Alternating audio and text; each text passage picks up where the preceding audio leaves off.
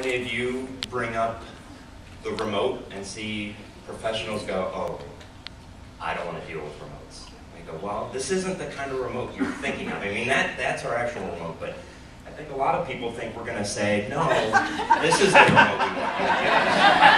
You just, whenever you need it, big up, down. But the problem is, this is cumbersome, too many buttons, doesn't tell you what's going on. So I think we've built a better mousetrap and a better remote, so we're not asking them to do that.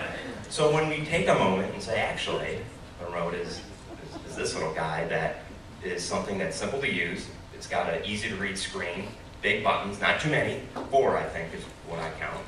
So it's user friendly. I think we did an outstanding job of making a remote that's going to be very simple to use practically for our patients that, sometimes it doesn't take much to confuse them. But what does it provide them to do?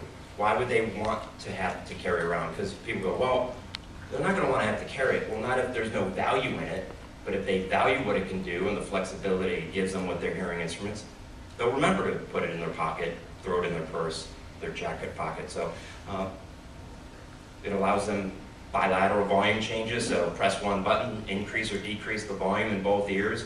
I know we get people saying, well, do your ears or hearing aids talk to each other? Because that means they can just touch one hearing aid and adjust them both. No, they don't talk to each other, but the remote will change both with one button. Because sometimes, yes, you do want to adjust both hearing aids at the same time, but not always. But also, tiny buttons on the hearing aid, not so easy to adjust. Dexterity issues with some of our patients. It can cause, a little trouble for if they want to reach up and touch it. So, yeah, you don't have to reach up and try to find that little button to adjust them both. Just use the large, easy to read buttons on the remote. And also, easy programming changes. It's the big button in the middle with a P on it. You can't miss it. I also like that the screen will tell you what program you're going into so that it's telling them what they're doing, where they're positioning the programs in the hearing aid. And sometimes you don't always want to adjust both, right? I spent time recommending hearing aids that could talk to each other and said, no, this is fine, your patients should love touching one and making them both change. And then I thought, well, what about in the car, right? They want to sit down in the car, they can turn the right hearing up next to the passenger, and well, now they just turn the hearing aid next to the window up too with the road noise. Well, with our remote, you can separate that, right? You can click left, turn the ear next to the window down, click over to the right ear, turn the patient or turn the passenger side up. So it makes it more flexible, and I think more practical. And I think well, maybe not the best button, but thankfully they thought ahead and put a home button on the hearing aid so that when they're done driving in the car, instead of undoing the steps they did, they press home, and with one press of a button, they're back to the beginning. Very easy, really, for your patients to use. And no more forgetting what program they're in because it tells them. I don't know about you, but when I was in the clinic, I wrote lots of cheat sheets out, right? P1 is every day, P2 is noise. A week later, they come back and they go, what was P2 again? So I write another cheat sheet. Inevitably, I kept printing them out, and writing them out. Now the screen will tell them, hey, number 1, you're at home, universal, whatever you want to call it to make it easy for them. Program 2 could be noise, restaurant, ballpark, whatever it might be. So they won't get lost using the remote.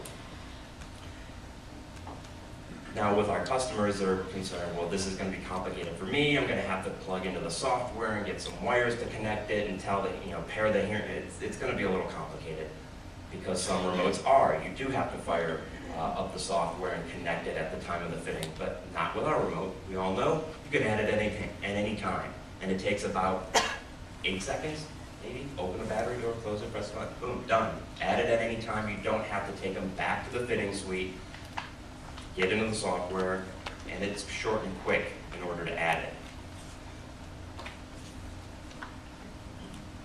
So you can add it any time, and no more writing the cheat sheets out because, quite frankly, your customers have better things to do with their time.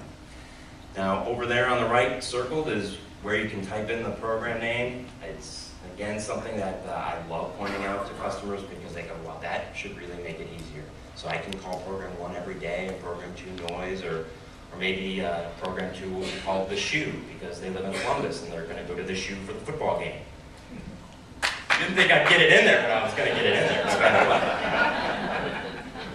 So again, it makes it really user-friendly to handle, and it's not just you can add it to the 9, the 7, the 5, and now what's exciting is with the remote mic being a custom instrument that we're going to keep small and not, if we can, avoid building in the volume control, you can use the remote.